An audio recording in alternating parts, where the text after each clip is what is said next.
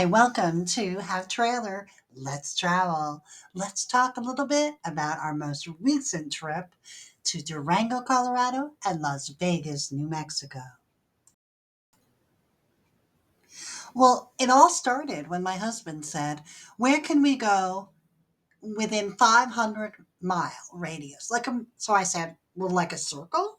He's like, "Yeah, like a circle." Okay, well, I'm kind of geographically handicapped, so I took out the Google map and started circling and trying to figure out what is the longest, you know, where can I go? 500 miles.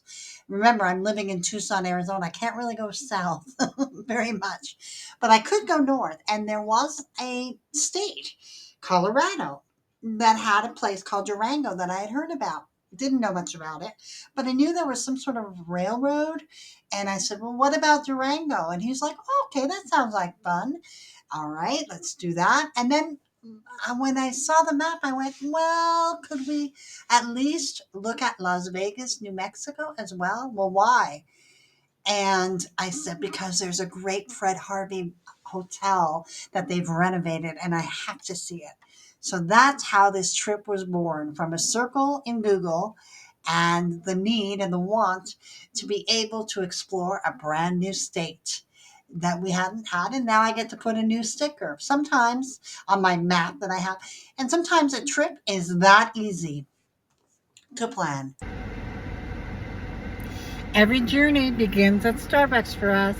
So we are picking up our coffees and getting ready to hit the road on our marvelous adventure to Durango, Colorado.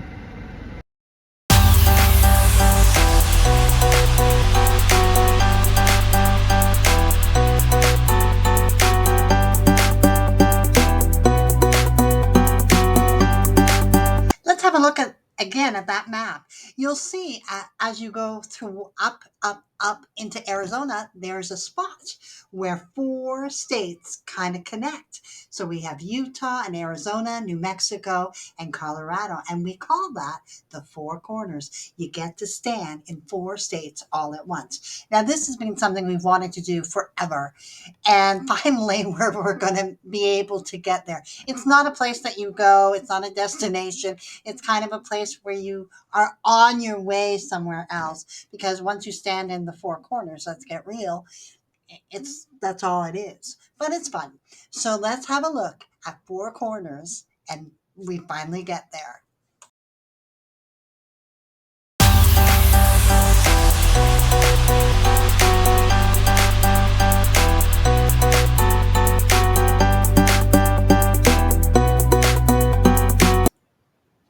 One of the things I get asked a lot is, where do you stay? How do you determine? And every vacation is a little bit different. This time, I really wanted to stay as close to the Durango as possible. And I was finding it challenging because it's kind of the better part of the season. So a lot of the campgrounds were quite expensive. So I turned to a membership that we have called Harvest Host. It's absolutely wonderful. And what it is you pay us a set fee per year, a very nominal fee, and you get to stay for free overnight at I think it's in a thousand or so places now. It could be wineries, restaurants, farms, churches. There's just an endless amount of different places. We've stayed in some very interesting places. Now, remember that boondocking is when you are literally without any hookups. You're there for the night, or you're living really, really off the grid, as they say. So, Harvest Host is like that. However, there are some hosts who provide either an electric hookup or Wi-Fi and that sort of thing for extra fee. And we elected to stay at the Sanders Ranch. And it was truly one of the best stays we've ever had. Our host, Cody, was incredible, even brought us fresh eggs. And we got to feed the goats. And it was just a really wonderful, just an extra on our trip that was marvelous to begin with. And I would heartily recommend checking out both Harvest House and the Sanders Ranch. And I'm going to put the all the coordinates and stuff like that in the notes, so you have a if you're driving through Colorado, definitely check it out.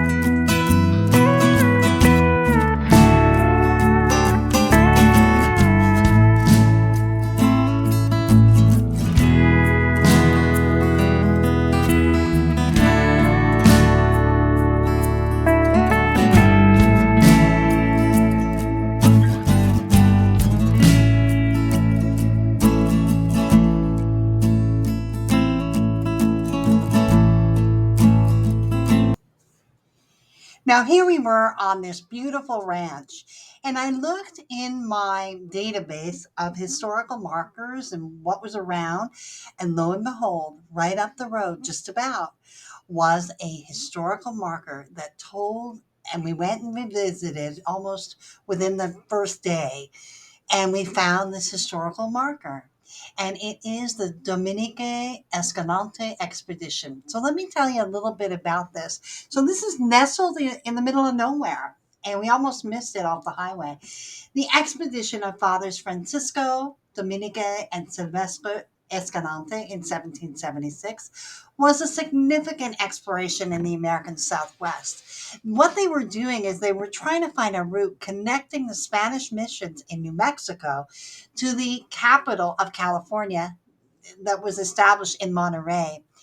This journey was driven really by the desire to enhance communication and support between all of these distant settlements and to spread Christianity among Native American tribes along the way.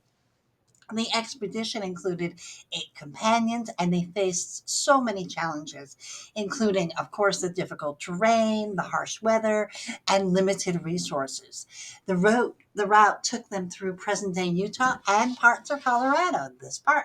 And while they did not reach Monterey, their exploration provided valuable knowledge about the geography and the indigenous cultures of the region.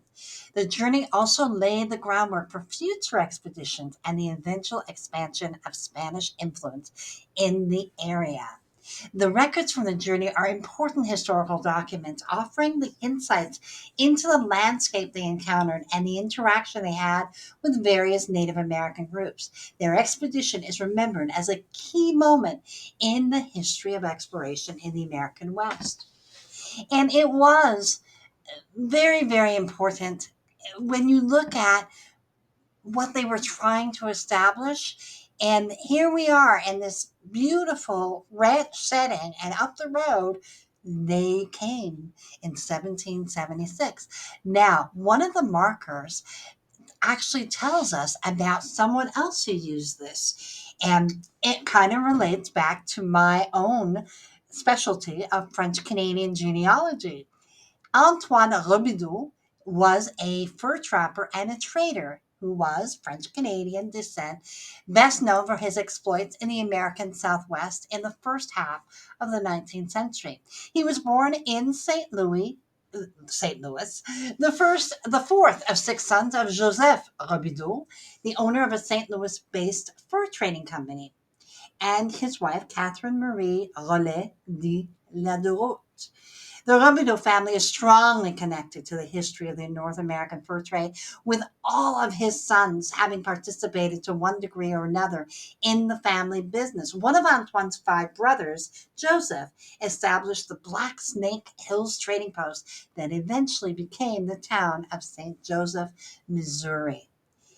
And just for those of you who are interested, the Robidoux family's ties to New France or Quebec extends all the way back to the first Robidoux to come to North America, André Robidoux, who was actually from Spain. So there's that connection.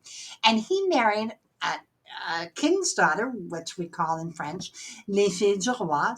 It's a group of ladies that came across to be married, and I actually did a profile on her on my other channel, and I'm including the link to it. So if that's something that's of interest to you.